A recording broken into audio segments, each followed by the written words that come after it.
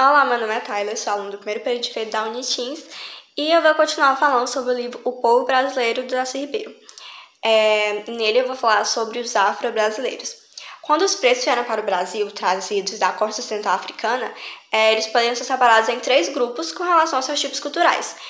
O primeiro é das culturas sudanesas, o segundo das culturas africanas islamizadas e o terceiro grupo ele era integrado pelas tribos Bantu e também do grupo congolês.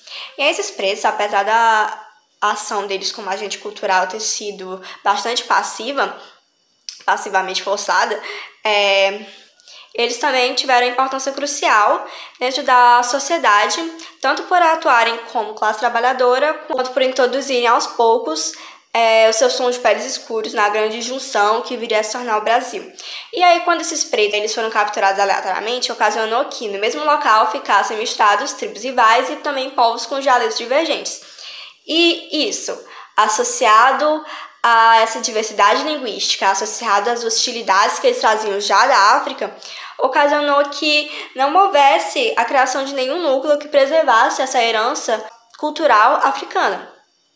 E nisso, eles foram obrigados a acatar passivamente a nova sociedade que lhes tinha sido imposta. E nisso, pelas circunstâncias adversas, esses negros eles conseguiram aos poucos se adaptar e também associar as coisas que seus capatazes lhes gritavam para posteriormente eles se comunicarem entre si e até aportuguesarem o Brasil nas áreas em que eles se concentravam, no caso o Nordeste açucareiro e também as zonas do centro do país, que eram as zonas de mineração.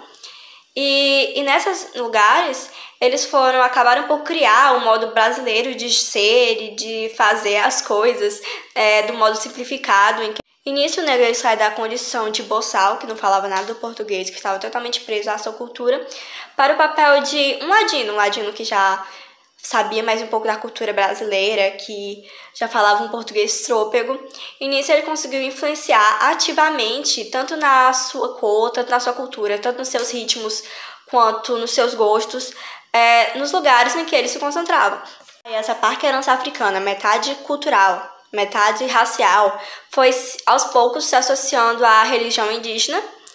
E essa junção acabou por gerar o Brasil. O Darcy Ribeiro coloca no livro como que, nessa forma, o Brasil construía a si mesmo. Também coloca que a empresa escravista ela agiu da forma mais cruel e atroz e que nenhum povo que fosse submetido a isso poderia continuar a ter sua identidade, porque ele seria desapropriado de si, parar de ser ele mesmo para ser apenas um animal de carga. Mas o negócio aqui para os negros, eles não tinham saído, uma vez que da porta da escravatura só sai pela morte ou só sai pela fuga.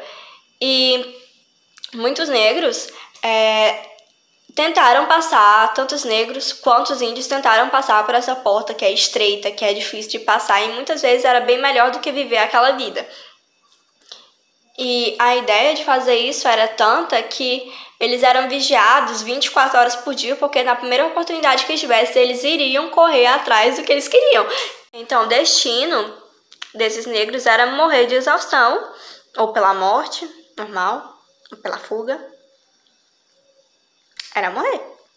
Ribeiro coloca que morte prematura era melhor do que aquela subexistência, do que eles se viram tão longe para sofrer daquele jeito a vida inteira. Assim, se eles sobrevivessem à travessia do mar para cá, aí era uma coisa. Aí eles sobreviveram essa travessia toda para irem para o mercado, onde eles eram avaliados igual um cavalo magro, pelos dentes, se os punhos eram grossos, se os tornozelos eram grossos, que era para ele carregar mais peso. E nisso eles eram arrematados para uma vida na qual eles tinham que trabalhar cerca de 18 horas por dia, durante todos os dias do ano, sem domingo, sem feriados, sem férias, sem nada, sem descanso, doentes, sem família, sem identificação com qualquer pessoa por perto, porque geralmente seus companheiros eram de tribos rivais.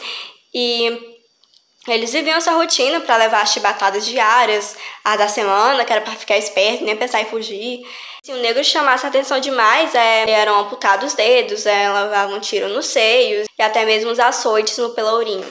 Se um negro escapasse, era 300 de batata para matar ou 50 por dia, que era para sobreviver. Ou então poderia até mesmo ser queimado vivo. E aí o Darcy Ribeiro coloca que a doçura mais terna e a crueldade mais atroz aqui se conjugaram para formar de nós o povo brasileiro, formar o que somos, para formar o que nós nos tornamos. E o Darcy Ribeiro ele finaliza falando que é o nosso destino carregar sempre essa cicatriz, te dou essa cicatriz de brutalidade, mas também é essa cicatriz que nos gera indignação e que vai nos fazer formar uma sociedade mais digna, uma sociedade mais solidária.